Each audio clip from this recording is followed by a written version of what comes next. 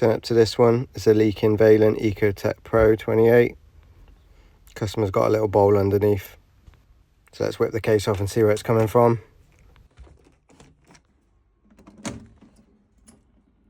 It's filled up like a budget jacuzzi in here. But let's see if we can actually see where it's coming from. It's normally a leak and diverter valve, but it's not here. There we can see that little drip. Looks like a plate washer to me. Got these on the van. So the first thing I'm going to do is isolate the cold underneath and the flow and the return, and then open the drain off to drain the water out the boiler.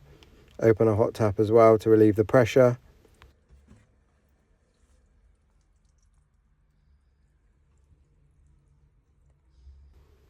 Wait for all the pressure to go before you do anything. Those screws are pretty rusted in, so I'm going to impact driver them all out.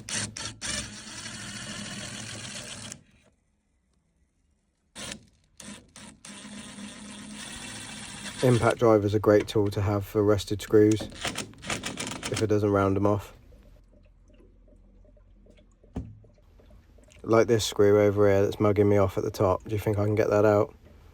Lucky I had a plate on the van because I did bend the connection on there trying to wiggle it out. I mean, look at the state of that.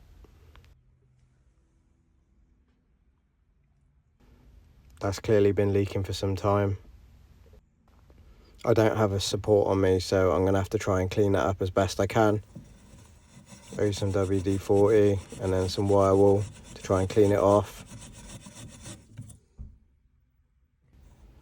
These washers have been in here since the dawn of time because they took some getting out, to be fair. No wonder they were leaking. Flat as pancakes.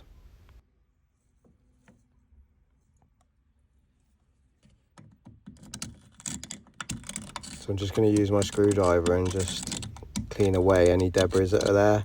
Try and flatten the surface off as best I can. New plate ready to go on. That's all cleaned up.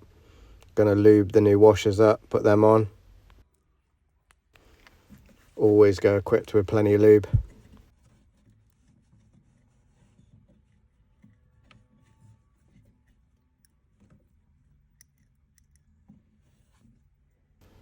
Once all 4 washers are in place, I'm going to put the plate in.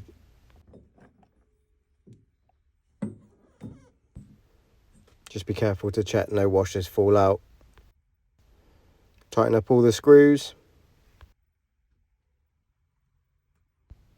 One final look before we turn the water back on.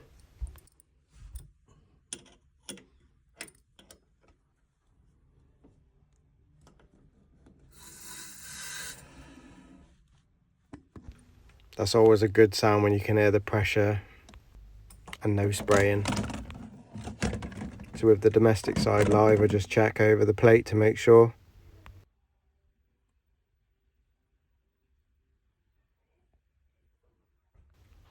Now I'm going to fill the heat inside, pressure that back up to 1.5.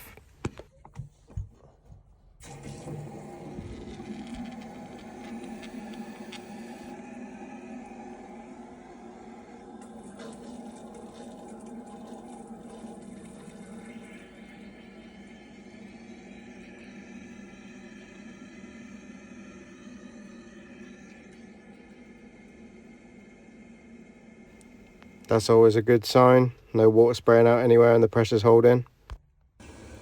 So first thing I'm going to check is the hot water. That's firing up.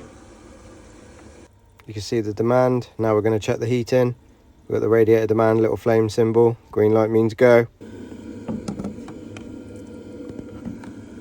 One last check at all the connections to make sure we got no dripping water anywhere. Carry out our 26.9 checks. Pull the case back on, back to customer settings. That's another one done. Happy days.